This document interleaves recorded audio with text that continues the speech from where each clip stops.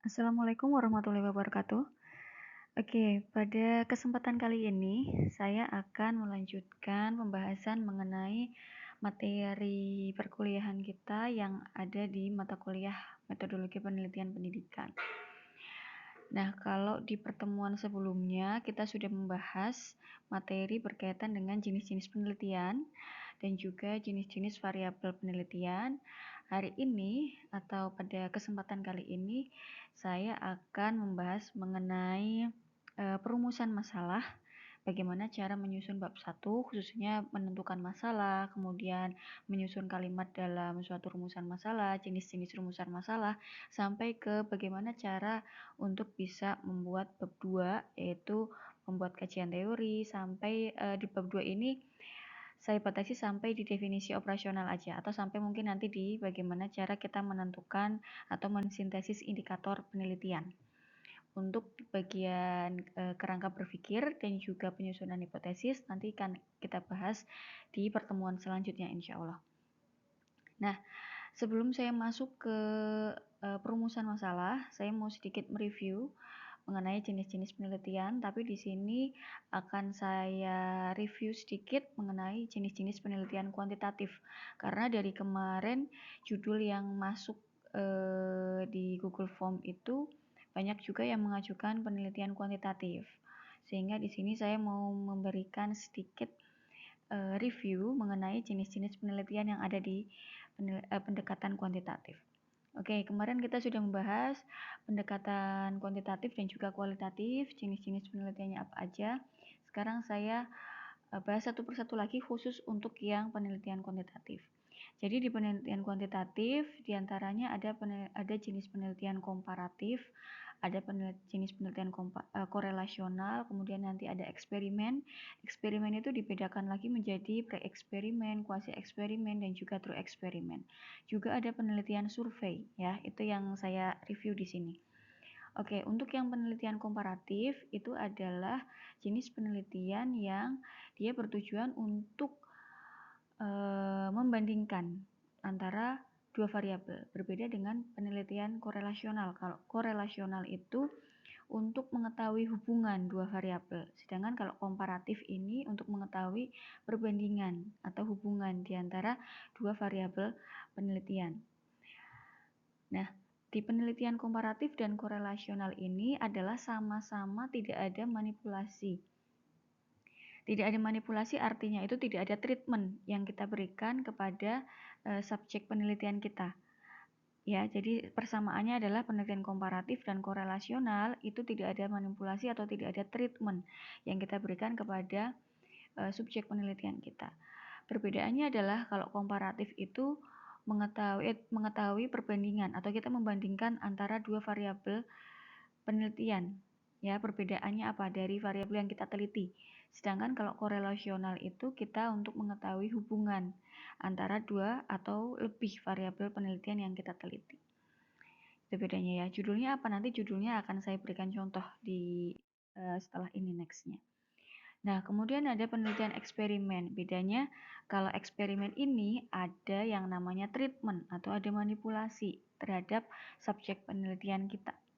Kemarin sudah saya jelaskan treatment itu apa sih atau manipulasi itu apa. Manipulasi atau treatment adalah sebuah perlakuan yang kita berikan khusus kepada subjek penelitian kita. Misal subjek penelitian kita berikan suatu model pembelajaran, suatu media pembelajaran, atau suatu teknik, strategi, dan pendekatan pembelajaran yang lain yang sudah kita rancang sebelumnya. Itu treatment atau manipulasi. Atau bisa juga kita kasih suatu media atau bahan ajar yang sudah kita buat. Itu treatment atau perlakuan atau manipulasi itu tadi. Karena disebut manipulasi artinya berarti proses pembelajarannya itu tidak sama lagi dengan proses pembelajaran mereka yang sebelumnya atau yang biasanya. Itu disebut manipulasi di sini ya. Bukan manipulasi datanya, tapi dalam hal ini adalah kondisinya. Kondisinya sudah dimanipulasi, sudah dibuat berbeda dengan kondisi pembelajaran mereka seperti biasanya. Nah, eksperimen ini ada 3, ada true, ada quasi, dan ada pre. Bedanya apa?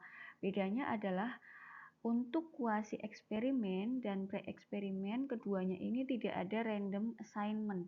atau tidak ada pemilihan mana yang akan dijadikan kelompok kontrol, mana yang akan dijadikan kelompok eksperimen. Jadi nanti bedakan antara random assignment dengan random sampling, itu berbeda. Sekali lagi, random assignment dengan random sampling itu berbeda. Kalau penentuan sampel penelitian, di penelitian kuantitatif kita biasanya menggunakan random sampling. Walaupun nanti randomnya bisa simple random, bisa pakai cluster, atau bisa pakai stratified. Tapi di sini adalah random assignment. Random assignment adalah pengelompokan acak. Jadi kalau di true experiment itu tidak ada random assignment atau ada pengelompokan secara acak. Artinya gini, misalnya kalau di true experiment ya biasanya ini kita gunakan untuk penelitian biologi murni. Jadi atau mungkin ilmu-ilmu murni. Di sini karena kita pendidikan biologi, jadi saya contohkan yang biologi ya. Misalnya nih kita mau meneliti penggunaan pupuk X terhadap pertumbuhan tanamannya. Nah, di sini disajikan ada tanaman cabai. Tanaman cabai itu random. Random itu dalam artian sudah kita samakan misalnya tingginya, kemudian usianya dan seterusnya sudah kita samakan. Dalam hal ini random berarti dari keseluruhan tanaman cabai yang ada di perkebunan kita kelompokkan aja. Untuk yang sebelah kiri berarti itu untuk kelompok kontrolnya. Untuk sebelah kanan itu kita untuk kelompok eksperimennya. Dan itu kita tidak memilih ya, dalam artian kita tidak menentukan, kita tidak mengelompokkan dulu mana yang kelompok kontrolnya, mana yang kelompok eksperimen. Jadi itu acak aja.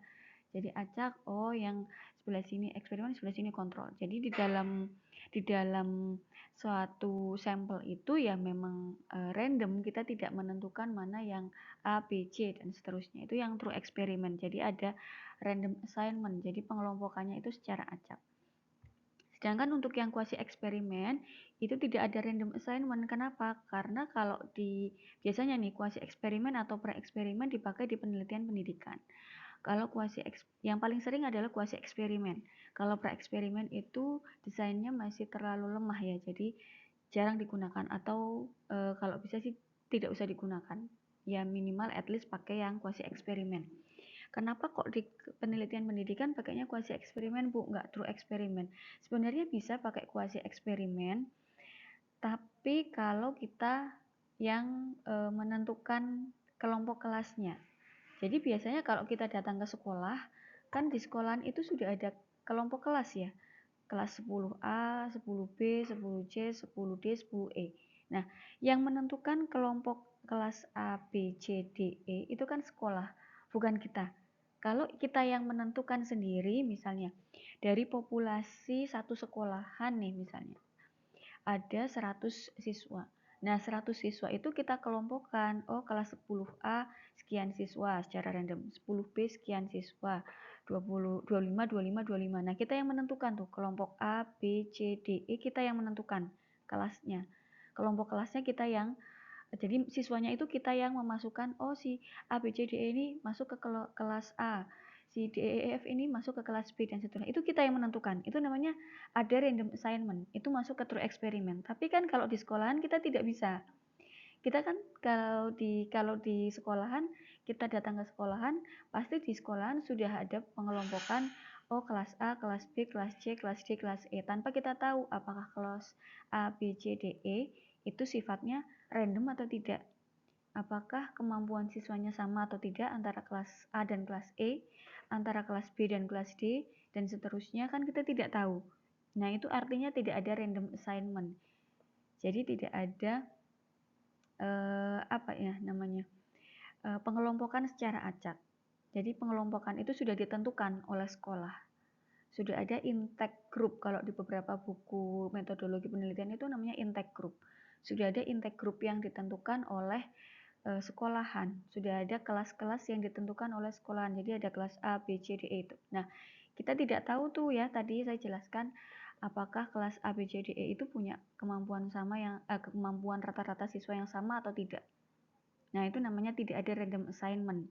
Jadi kenapa di penelitian pendidikan menggunakan rata-rata kuasi eksperimen, kecuali kalau kita yang punya sekolahan ya, atau mungkin kita yang punya yayasannya, misalnya kita bisa pakai menerapkan through eksperimen. Tapi kalau sekolahan itu kita datang, kita asing, maksudnya kita mungkin orang asing datang ke sekolahan, itu kan pasti di sekolahan itu sudah ada pengelompokan berdasarkan kelas. Nah, itu namanya tidak ada random assignment. Untuk kuasi eksperimen dan pre-eksperimen tidak ada random assignment. Dan itu yang membedakan ya antara true, kuasi, dan pre-eksperimen, yaitu ada tidaknya random assignment, itu yang pertama.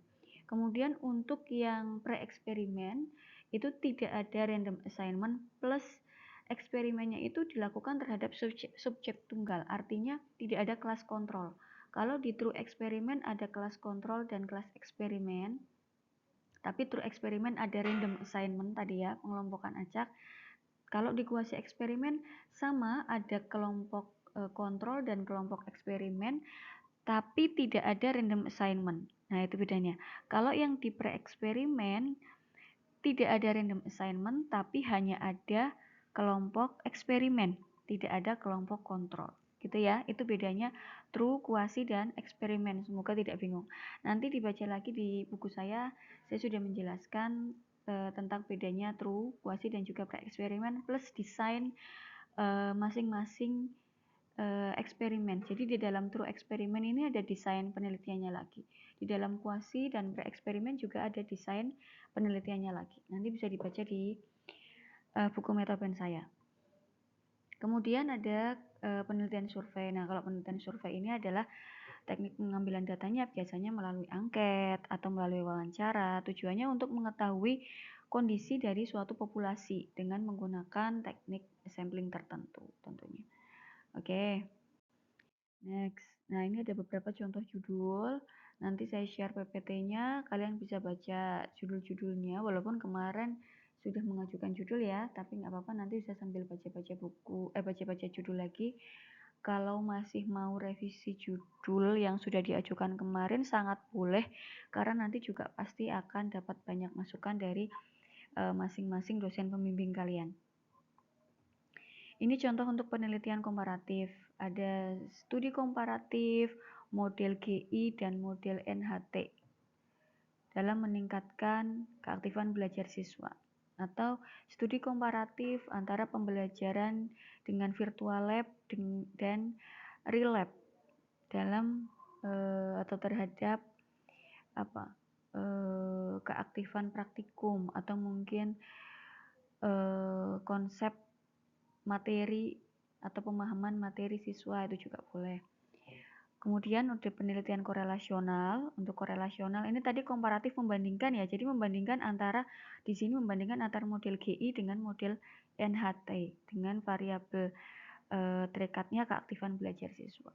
Sedangkan kalau yang korelasional ini menghubungkan, di sini adalah menghubungkan antara kecerdasan emosional dengan prestasi belajar siswa.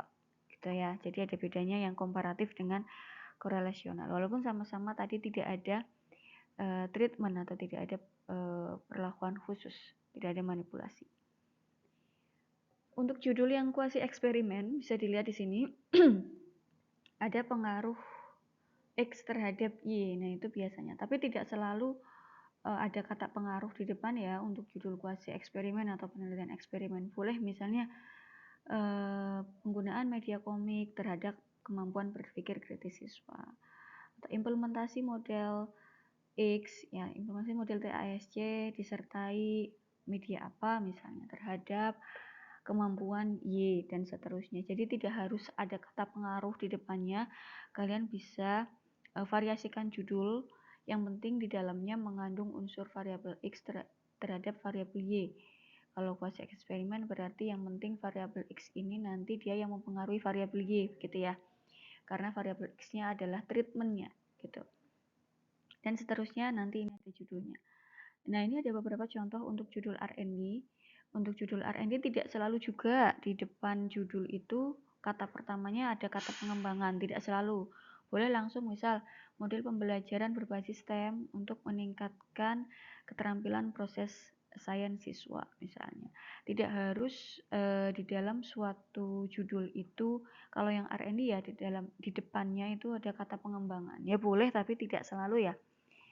Nah, ini untuk yang judul 1, 2, 3 itu masuk ke dalam R&D yang kemarin saya jelaskan. R&D-nya itu sampai ke tahap keefektifan atau kelayakan produknya itu sampai selesai gitu ya, untuk judul 1, 2, 3.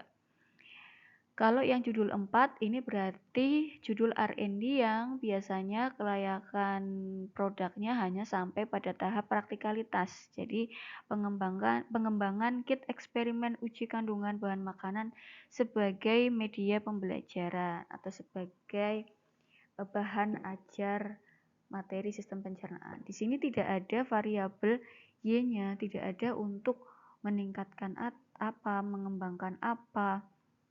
Tidak ada kemampuan yang akan diukur keefektifannya. Jadi hanya sebagai apa? Jadi produk yang kita gunakan digunakan sebagai apa? Sebagai bahan ajar, sebagai media pembelajaran, atau sebagai apalagi misalnya media pendukung dan seterusnya ya.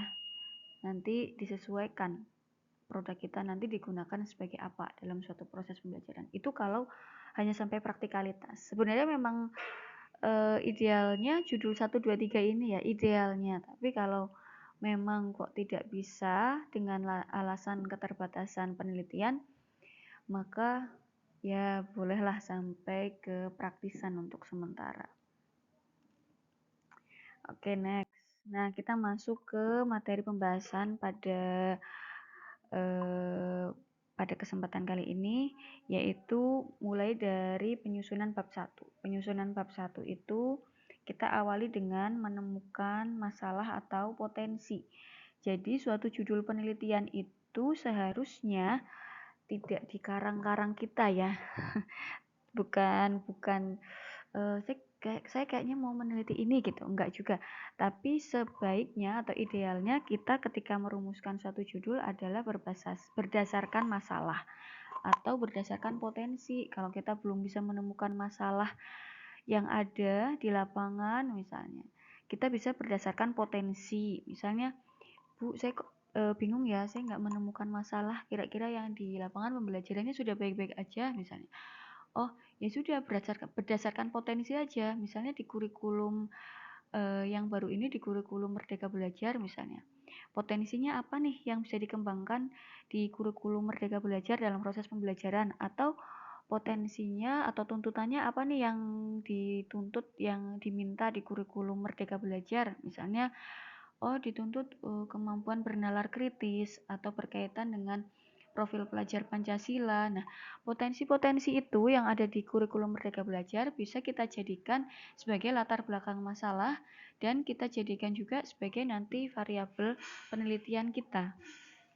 Gitu ya. Kalau kita sudah menemukan masalah atau kita sudah menemukan potensi penelitiannya apa, kita bisa menemukan objek penelitiannya apa. Bedakan nanti objek penelitian dengan variabel penelitian ya. Objek penelitian itu bedakan antara objek penelitian dengan subjek penelitian, maaf. Jadi objek penelitian itu variabel penelitian yang akan kita teliti. Tapi kalau subjek penelitian itu adalah responden atau populasi atau sampel yang akan kita gunakan dalam penelitian. Ya, itu bedanya subjek dan objek penelitian. Kemudian kalau objek penelitiannya sudah dapat, variabelnya kita sudah tahu apa aja, kita bisa menarik judul penelitiannya. Nah, barulah nanti kalau judulnya sudah jadi, kita susun mulai dari latar belakang masalahnya sampai ke proposalnya sampai selesai. Nah, ada beberapa hal yang perlu diperhatikan ketika kita menyusun atau membuat karya tulis ilmiah. Mungkin ini di mata kuliah penyusunan karya tulis sudah kalian dapatkan ya, tapi di metodologi penelitian pendidikan saya tekankan lagi karena ini berkaitan juga dengan penyusunan proposal. Jadi yang perlu diperhatikan pertama yaitu adalah kutipan atau sitasi yang kita gunakan. Nah, kutipan itu ada kutipan langsung dan kutipan tidak langsung. Kutipan langsung itu contohnya kutipan yang kita langsung ambil misalnya dari undang-undang, dari Permendikbud, dari keputusan presiden dan seterusnya. Itu kutipan langsung. Artinya untuk atau juga bisa dari terjemahan dari ayat-ayat yang ada di Al-Qur'an ya, atau juga terjemahan dari hadis. Nah, itu kan tidak bisa atau tidak boleh kita merubah seenaknya. Jadi kita harus mengutipnya itu sesuai dengan apa yang ada di dalam referensi begitu ya. Tidak kita ubah sama sekali. Itu namanya kutipan langsung. Dan penulisannya pun spesial. Spesialnya harus ada tanda petik gitu ya. Kemudian kalau jumlah barisnya itu lebih dari 4 baris itu harus ditulis menjorok ke kanan, menjorok ke dalam, dan juga spasinya ditulis dengan spasi 1. Itu kutipan langsung. Sedangkan kalau yang kutipan tidak langsung, nah itu yang harus kita parafrase kalimatnya. Wajib diparafrase. Kenapa wajib, Bu? Karena namanya juga kutipan tidak langsung. Berarti ketika kita mengutip itu tidak boleh sama persis kalimatnya dengan yang ada di dalam sumber referensi. Harus kita parafrase. Nah, perlu diperhatikan juga nanti berkaitan dengan kutipan itu akan terdetek plagiarismenya. Jadi semakin banyak kutipan langsung, itu sebenarnya akan semakin mengurangi nilai dari suatu karya tulis ilmiah. Karena apa? Karena prosentase Turnitinnya nanti ketika dicek atau plagiarismenya akan semakin tinggi kalau banyak kutipan langsung. Nah, ketika mengutip dengan kutipan tidak langsung, bagaimana caranya supaya tidak banyak plagiarismenya ketika dicek Turnitin itu tidak tinggi, yaitu dengan cara memparafrase kalimat. Ketika kita sudah memparafrase kalimat, atau kalimatnya kan sudah saya rubah, walaupun inti kalimatnya sama. Nah, itu tetap harus mencantumkan footnote-nya atau middle note-nya atau citasinya harus tetap kita cantumkan walaupun sudah kita parafrase begitu ya, karena banyak yang berasumsi bahwa Bu, sudah saya ganti kalimatnya, sudah saya parafrase, kenapa saya harus mencantumkan gitu ya, karena memang ide tulisannya kan dari referensi, dari sumber referensi, bukan ide kita langsung ya, bukan ide kita murni begitu. Jadi tetap kita harus mencantumkan footnote-nya atau middle note-nya atau citasinya. Nah, bagaimana cara memparafrase kalimat? Jadi parafrase itu merubah kalimat dari sumber citasi tanpa mengubah inti kalimatnya. Caranya adalah read and rewrite. Read and rewrite artinya membaca, read, kalimatnya dibaca dulu dari sumber referensi, kemudian rewrite. Rewrite itu menulis ulang dengan kalimat kita sendiri tetapi maknanya sama dengan sumber yang kita citasi. Nah, itu cara memparafrase kalimat. Walaupun memang sekarang sudah banyak sekali situs-situs online ya, website yang menyediakan jasa-jasa untuk parafrase kalimat, sudah banyak AI yang bisa kalian gunakan, tetapi ada tetapinya. Kalian tetap harus punya skill, tetap punya kemampuan untuk memparafrase sebuah kalimat, memparafrase sebuah paragraf. Jadi jangan ketergantungan sama AI, karena walaupun nanti kita pakai AI, mungkin ya kalian pakai AI untuk parafrase, kalian baca lagi tuh kalimatnya. Kadang ada kalimat-kalimat yang atau menggunakan kosakata yang tidak baku yang masuk di dalam kalimat itu atau paragraf itu, yang tidak lazim, yang jarang kita dengar. Nah, itu yang perlu kita rubah lagi. Jadi tetap harus ada parafrase dari kita gitu ya. Oke, ini sudah saya rangkum bagaimana cara untuk menyusun bab 1. Jadi, nanti saya akan kirimkan contoh penyusunan untuk menyusun bab 1. Di paragraf pertama, di latar belakang masalah itu merupakan paragraf yang dibuat dari peneliti, atau saya biasa sebut itu paragraf pengantar dari peneliti. Jadi ya kalimatnya kalian buat sendiri dengan kalimat kalian, dengan bahasa kalian, menjelaskan tentang misalnya nih penelitiannya tentang pendidikan, ya jelaskan tentang pendidikan atau jelaskan tentang pembelajaran itu dengan pemahaman kalian, dengan kalimat kalian. Jadi tidak ada citasinya, tidak perlu diberi footnote. Itu untuk paragraf pertama ya di latar belakang. Jadi itu suatu pengantar dari peneliti. Nah, yang paling susah itu biasanya di paragraf pertama ini karena biasanya bahasanya, kosakatanya, kalimatnya masih belum efektif. Nah, itu yang masih banyak butuh latihan di situ tuh. Ketika menulis paragraf pertama harus sudah banyak latihan menulis gitu ya. Kemudian perlu diperhatikan juga hubungan antar paragraf. Jadi antar paragraf satu dengan paragraf yang lainnya itu tidak berdiri sendiri-sendiri ya, tapi saling berkaitan.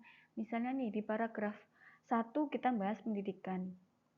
Di paragraf 2 kita masih bahas pendidikan. Ternyata di paragraf ketiga kita sudah beralih mau membahas tentang pembelajaran di kurikulum Merdeka. Nah, berarti antara paragraf pendidikan, paragraf kedua dengan paragraf ketiga, itu harus ada conjunction-nya, harus ada penghubungnya. Misal di paragraf terakhir, itu kita kasih kalimat pengantar. Misalnya, kurikulum pendidikan di Indonesia pada saat ini adalah menggunakan atau memasuki kurikulum Merdeka Belajar. Nah, barulah nanti di paragraf selanjutnya kita bahas. Kurikulum Merdeka Belajar merupakan kurikulum yang bla bla bla bla bla bla. Nah, kita jelaskan tentang kurikulum Merdeka Belajar gitu.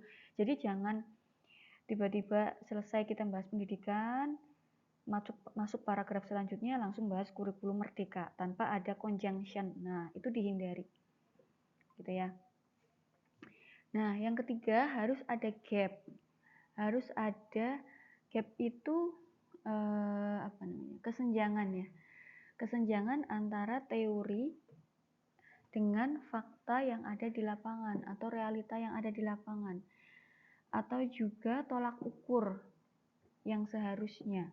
Itu dapatnya dari mana, Bu? Ya dapatnya dari kajian penelitian sebelumnya, atau gap itu juga seharusnya diperoleh dari teori dan juga kesenjangan antara teori dengan realita di lapangan. Jadi harusnya di dalam nanti di paragraf keberapa begitu ya, harus ada secara tekstual itu menyebutkan berdasarkan hasil observasi di lapangan atau berdasarkan hasil pra penelitian gitu ya, hasil observasi pra penelitian atau hasil wawancara dengan guru pembelajaran. Nah itu, jadi harus ada data yang diambil dari lapangan untuk menunjukkan bahwa oh ternyata tuntutannya di kurikulum Merdeka Belajar itu seperti ini. Oh ternyata berdasarkan hasil wawancara dengan guru, berdasarkan hasil hasil observasi pra penelitian itu didapatkan data begini. Oh ternyata ada kesenjangan antara teori dengan kondisi di lapangan gitu. Atau bisa juga misalnya nih kondisi di lapangan menunjukkan bahwa 50% siswa yang memiliki kemampuan berpikir kritis atau kemampuan berpikir kritis siswa hanya setara 50%. Padahal seharusnya kalau berdasarkan tolak ukur atau berdasarkan kajian penelitian sebelumnya dijelaskan bahwa pembelajaran yang efektif itu kalau kemampuan berpikir kritis siswanya itu mencapai 70%. Nah, berarti kan ada gap di lapangan 50%, padahal harusnya 70%. Nah, itu berarti ada gap, ada kesenjangan. Berarti di situ ada masalah tuh. Kenapa kok cuma 50%, padahal harusnya 70%. Nah, gitu. Itu gap. Ya, nanti itu harus tertera secara clear, secara tekstual di dalam latar belakang masalah. Nah, ini untuk rumusan masalah, kalau bisa gunakan kata tanya yang memberikan jawaban berupa penjelasan. Misalnya bagaimana, bila mana, dan seterusnya. Oke, ini berkaitan dengan masalah. Ya, jadi masalah itu ciri-ciri masalah yang baik ya, atau yang kalau bisa kalian kalau menemukan masalah itu berdasarkan ini nih. Satu, masalah itu punya nilai atau punya novelty. Artinya apa? Masalah itu orisinil. atau asli atau belum ada yang meneliti sebelumnya, penelitian yang belum ada penelitian yang meneliti tentang masalah itu sebelumnya. Nah, itu yang pertama. Dan selain itu juga misal pun punya novelty, masalah itu bisa diselesaikan dengan metodologi penelitian. Nah, itu yang pertama, punya nilai atau novelty. Yang kedua, visible. Visible artinya masalah kita itu nantinya dapat diselesaikan sesuai dengan jangka waktu yang sudah ditentukan. Jangan sampai masalah kita ternyata kok berkepanjangan ya, ternyata kok nggak selesai-selesai ketika diteliti. Nah, itu jangan sampai.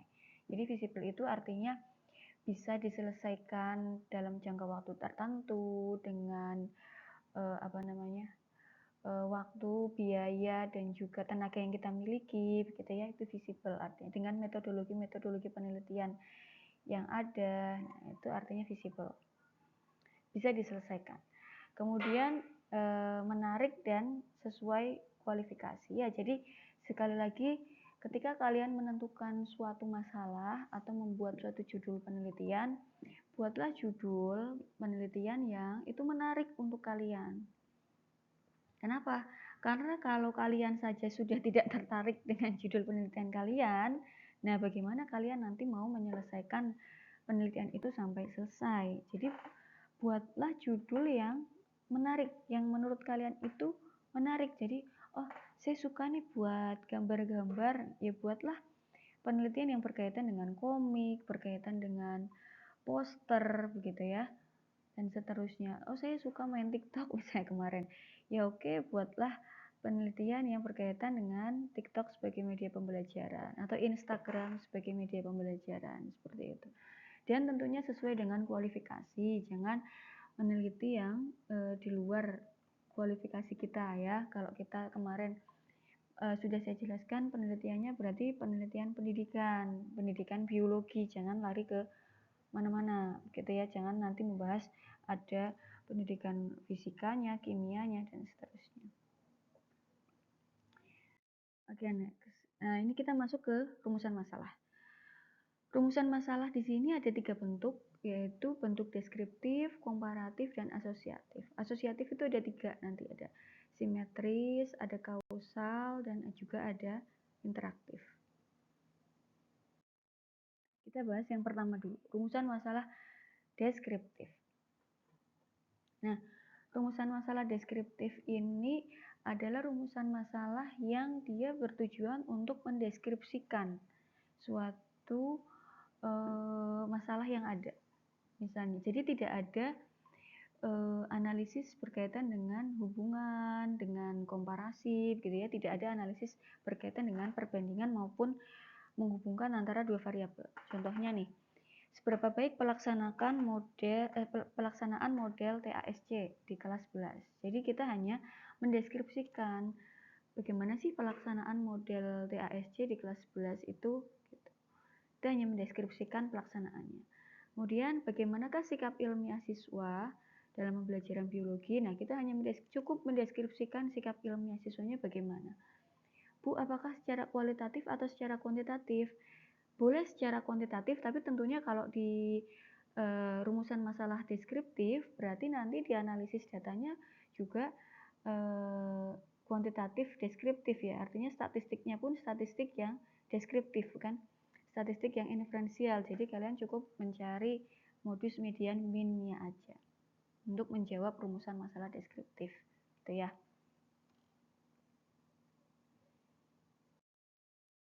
Oke, next. Untuk rumusan masalah komparatif. Untuk rumusan masalah komparatif ini, dia membandingkan antara dua variabel penelitian atau dua subjek penelitian. Misalnya kalau yang di nomor 1 ini berarti dia membandingkan antara dua subjek penelitian ya. Bagaimana perbedaan kualitas pembelajaran biologi di kelas IPA 1 dan juga IPA 2. Ini membandingkan di dua subjek penelitian. Kalau di yang nomor 2 ini membandingkan dua variabel penelitian atau dua objek penelitian, yaitu Bagaimana pemahaman materi siswa yang menggunakan Google Classroom dengan siswa yang menggunakan Wiper School. Berarti di sini ada objek penelitian menggunakan Google Classroom, dilihat datanya bagaimana. Kemudian dengan Wiper School bagaimana data pemahaman materinya di sini dengan di sini bagaimana. Gitu. Ini rumusan masalah yang komparatif. Jadi membandingkan antara dua subjek atau dua objek penelitian. Nah, yang asosiatif ini yang kalau yang komparatif tadi biasanya dipakai di penelitian jenis penelitian komparasi tadi. Kalau yang deskriptif itu nanti dipakai di setiap jenis penelitian dipakai. Kemudian yang asosiatif di sini ada 3. Contohnya untuk yang simetris, kausal dan juga interaktif sudah saya kasih satu-satu. Ini sebenarnya nanti di buku Metopen saya juga ada. Untuk yang simetris, ini adalah rumusan masalah yang jadi asosiatif itu rumusan masalah yang membuat hubungan ya antara dua variabel. Kalau yang simetris ini membuat hubungan antara dua variabel, tapi hubungan itu atau variabel itu muncul secara bersamaan. Nah, contohnya bagaimana hubungan jumlah siswa yang lulus UN dengan jumlah siswa yang diterima di perguruan tinggi negeri di suatu sekolah. Itu yang simetris. Jadi sejajar ya antara jumlah siswa yang lulus UN, walaupun memang tidak semua siswa yang lulus UN itu diterima di PTN, tapi kan pasti siswa yang lulus UN pasti akan mendaftar rata-rata nanti akan mendaftar di perguruan tinggi gitu. Kan tidak mungkin kalau yang belum lulus UN tapi mendaftar di perguruan tinggi begitu maksudnya. Jadi simetris itu artinya yang lulus atau yang mendaftar perguruan tinggi pasti adalah siswa yang lulus begitu. Itu simetris. Kemudian yang kausal. Untuk yang kausal itu contohnya di sini adalah bagaimana pengaruh model X ya terhadap Y, atau di sini saya kasih contoh model pembelajaran STAD terhadap kualitas pembelajaran di kelas 10. Itu yang kausal. Jadi kalau di rumusan masalah kausal itu ada hubungan sebab akibatnya. Jadi sebabnya adalah dengan menggunakan model pembelajaran STAD, akibatnya bagaimana terhadap kualitas pembelajaran kelas 10. Nah, itu kausal. Jadi ada hubungan sebab dan akibat. Sebabnya itu berkaitan dengan variabel X, akibatnya berkaitan dengan variabel Y. Nah, ini biasa digunakan di penelitian eksperimen atau kuasi eksperimen. Kemudian, penelitian asosiatif yang interaktif. Ini adalah atau resiprokal ya, ada yang menyebutnya interaktif atau resiprokal. Jadi saling mempengaruhi antara variabel X dan variabel Y. Contohnya, bagaimanakah hubungan antara hasil belajar dan prestasi belajar? Di sini hasil belajar itu biasanya pasti mempengaruhi prestasi belajar siswa, dan prestasi belajar itu juga akan mempengaruhi hasil belajar. Jadi ada hubungan interaktif atau timbal balik atau resiprokal itu namanya. Itu yang rumusan masalah asosiatif. Nah, biasanya kita pakai yang mana sih, Bu? Biasanya kalau di penelitian kuantitatif, eksperimen, tadi ya kuasi eksperimen biasanya pakai yang kausal dan juga deskriptif. Jadi ada deskriptifnya, ada kausalnya. Kemudian kalau di korelasi juga biasanya pakainya yang interaktif ini nih, atau pakai yang simetris. Itu untuk yang penelitian korelasional. Kalau yang komparatif pakainya yang rumusan masalah komparatif tadi plus deskriptif. Jadi deskriptif itu biasanya tetap dipakai di setiap jenis penelitian gitu ya. Nanti saya kasih contoh. Nah, ini nih contohnya hubungan kecerdasan emosional dengan prestasi belajar siswa. Berarti rumusan masalahnya 1. Kita buat deskriptif dulu. Biasanya deskriptifnya 2, asosiatifnya 1, atau deskriptifnya 2, komparatifnya 1. Tidak mesti, tapi biasanya seperti itu. hubungan kecerdasan emosional berarti kita deskripsikan dulu, kita cari dulu di rumusan masalah. Seberapa tinggikah kecerdasan emosional siswa? Nah, ini satu, rumusan masalah deskriptif. Kemudian yang kedua, kita deskripsikan dulu prestasi belajar siswa. Seberapa baikkah prestasi belajar siswa? Nah, ini deskriptif yang kedua. Baru yang ketiga, kita cari hubungan asosiatifnya. Di sini bagaimanakah hubungan kecerdasan emosional dengan prestasi belajar siswa? Berarti di sini ada rumusan masalah asosiatif yang interaktif, seperti itu. Nah, nanti yang di worksheet ya, dibuat nanti seperti itu. Contoh rumusan masalah. Rumusan masalahnya apa? Harus 3, Bu? Boleh 2. Boleh 2, ya tergantung itu tadi ya, tergantung judul dan variabel penelitian yang kita teliti. Biasanya kalau variabelnya 2, rumusan masalahnya 3. Kalau lebih dari itu ya rumusan masalahnya biasanya lebih banyak lagi gitu ya. Kalau variabelnya kalau kayak yang R&D itu hanya satu variabel plus ada variabel pengganggu misalnya, atau ada variabel pendukung lainnya. Nah, itu nanti bisa jadi 2 rumusan masalah atau juga 3. Tergantung variabelnya atau tergantung judulnya nanti. Oke, ini terakhir untuk di bab 2-nya. Nanti kita nggak sampai ke hipotesis ya, nanti hipotesis karena pembahasannya ada banyak, nanti jadi minggu depan saja insya Allah. Atau di next recording lagi. Untuk di kajian teori, itu gunakan referensi buku, artikel, jurnal, atau textbook, baik nasional maupun internasional. Dan plus jangan lupa, dikasih ada dari ayat Al-Quran ataupun dari hadis yang relevan dengan variabel penelitian kita. Karena apa? Karena kita masuk dalam PTKIN. Jadi untuk membedakan antara PTU dengan PTKIN, nah kita sertakanlah ayat-ayat Al-Quran atau hadis di bab 2.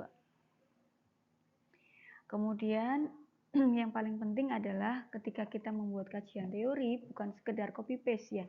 Kita membuat kajian teori itu bukan mengumpulkan teori-teori aja, tapi kita tujuannya adalah membuat suatu sintesis, baik itu sintesis definisi maupun sintesis indikator. Nah, nanti di sini sudah saya kasih contoh nih. Misalnya ini penelitiannya judulnya pengaruh model web course learning terhadap higher order thinking pada materi sistem pernafasan. Bu, berarti buat bab 2-nya apa aja nih subbabnya? Subbabnya berarti A, model web course learning. Isinya apa aja, Bu? Isinya definisi, kemudian sintaks atau langkah-langkahnya, kemudian kelebihan kekurangan, dan upaya mengatasi kekurangannya itu apa. Nah, kalau yang subbab B-nya berkaitan dengan variabel Y-nya, variabel Y-nya higher order thinking, berarti kita isinya ada definisi, indikator, karakteristik, dan seterusnya, nanti bisa ditambahkan sendiri. Itu ya, jadi ketika kita membreakdown dari judul masuk ke bab 2, itu harus satu, dilihat variabelnya. Jadi setiap variabel kita breakdown, kemudian masing-masing variabel itu kita breakdown lagi isinya. Tentunya di sini satu, pasti ada definisi. Karena apa? Karena ketika kita membuat kajian teori, kita harus tahu definisi operasional kita atau definisi variabel dalam penelitian kita itu apa. Karena itu nanti yang kita buat sendiri. Itu ya, sambil jalan. Semoga penjelasan saya nggak membuat ngantuk ya. Oke, sedikit lagi, ini kurang 2 slide. Oke, untuk kajian teori, telaah di kajian teori tadi ketika kita membuat suatu definisi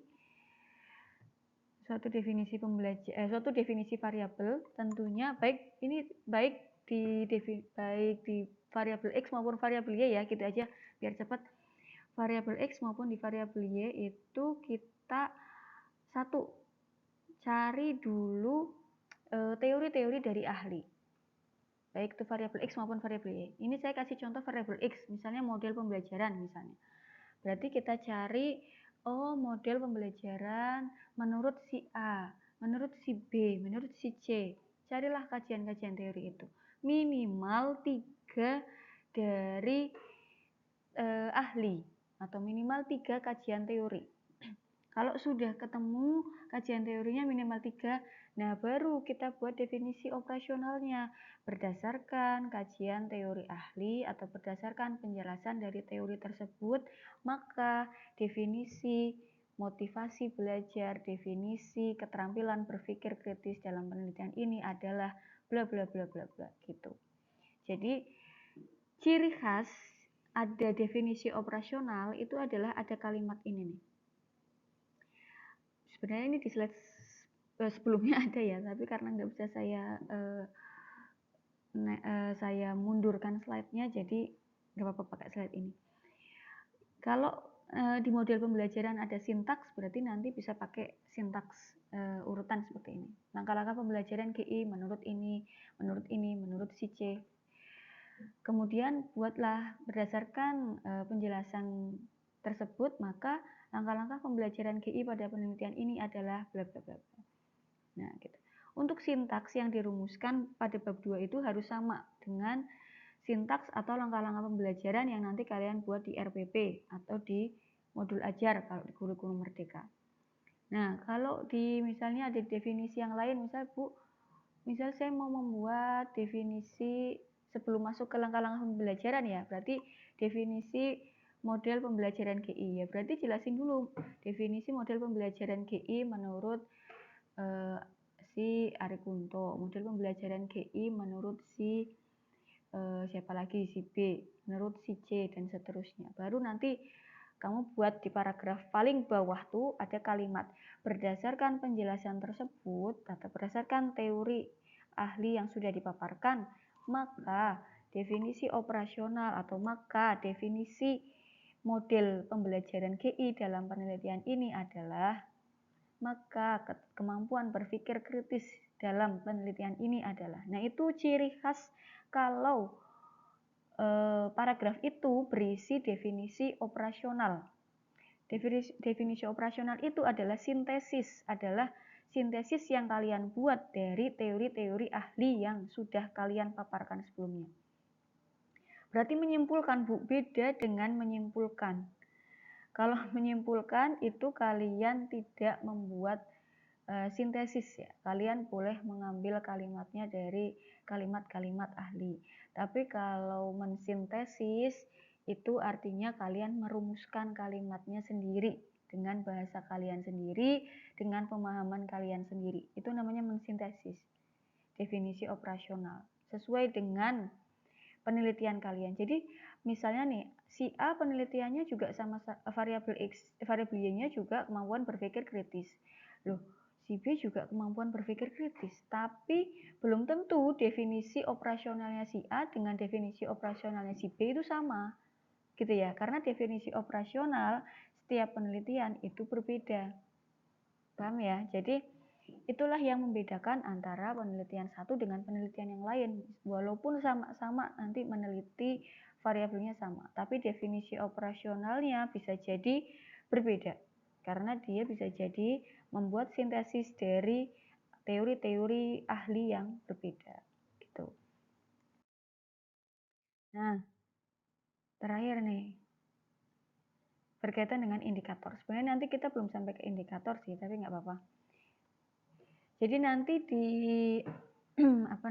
di bab 2 kan tadi ya, ketika variabel X-nya terutama, variabel X-nya itu ada setelah variabel Y, setelah kita menjelaskan definisi, nanti kita harus menjelaskan indikatornya, karena indikator itu berkaitan dengan deskriptor atau nanti yang akan kita ukur. Kalau di penelitian kuantitatif harus ada indikator, karena itu yang menjadi dasar ketika kita membuat instrumen penelitian. Ketika menyusun indikator pun sama. Jadi nanti indikator motivasi menurut A, indikator motivasi menurut B, indikator motivasi menurut C.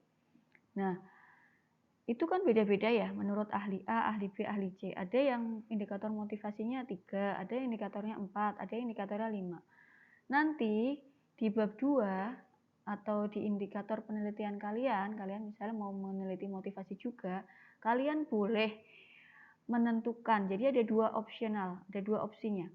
1, boleh menentukan indikator berdasarkan si A, si B, atau si C, atau kita membuat sintesis indikator sendiri. Kalau kalian tidak mau mensintesis, Bu, saya nggak mau mensintesis, ya sudah, berarti pilih aja. Kalian indikator motivasi belajarnya mau menurut si A, si B, atau si C. Kalau misalnya saya mau menurut si C, Bu, ya tulis saja. Berarti indikator penelitian dalam penelitian ini berdasarkan penjelasan indikator di atas, maka pada penelitian ini menggunakan indikator menurut si C yang terdiri dari 1, 2, 3, 4, 5. Nah, itu. Tapi kalau mau mensintesis, berarti berdasarkan penjelasan indikator di atas, maka pada penelitian ini, indikator yang digunakan untuk mengukur motivasi adalah 1, 2, 3, 4. Ini bisa kalian sintesis dari misalnya indikatornya si A, nomor 1 dan 2, indikatornya si B, oh yang sesuai 3 dan 4, indikatornya si C, yang sesuai nomor 5, begitu. Itu berdasarkan apa, Bu? Ya berdasarkan definisi operasionalmu. Jadi indikator penelitian dengan definisi operasional itu harus relevan, harus saling berkaitan. Nah, nanti indikator yang sudah kalian rumuskan ini adalah indikator yang digunakan untuk menyusun instrumen penelitian.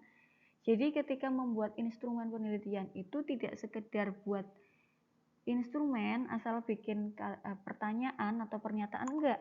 Dasarnya dari mana? Dari kajian teori yang kalian tulis di bab 2. Makanya hati-hati ketika menuliskan kajian teori, pilih betul-betul teori yang memang relevan dengan penelitian kalian. Tidak sekedar copy paste. Nah, itu yang salah. Yang penting ini masukin. Makanya kalau di bab 2 kadang sampai banyak banget ya, tapi tidak relevan. Nah, itu yang salah. Seharusnya ketika kita menulis kajian teori, ya pilihlah teori-teori yang memang sesuai dengan penelitian kita. Karena itu yang nanti kita sintesis, itu yang nanti kita jadikan instrumen, itu yang nantinya akan kita gunakan untuk mengambil data. Nah, sampai ujungnya itu adalah sampai mengambil data penelitian. Jadi jangan asal mengutip kajian teori, jangan asal membuat kajian teori, gitu ya. Itu aja penjelasan dari saya. Nanti semoga bisa dipahami. Mohon maaf kalau mungkin saya banyak sekali kesalahan kata ya. Nanti di kelas insya Allah saya jelaskan lagi lebih detail, lebih dalam. Dan semoga apa yang saya sampaikan ini bisa dipahami, cukup bisa dipahami. Kalaupun nanti kalau masih bingung, boleh silahkan bisa bertanya di grup kelas atau bisa japri saya secara pribadi. Begitu ya. Oke, sekian dulu dari saya. Terima kasih sudah menyimak. Semoga bisa dipahami. Saya akhiri. Wassalamualaikum warahmatullahi wabarakatuh.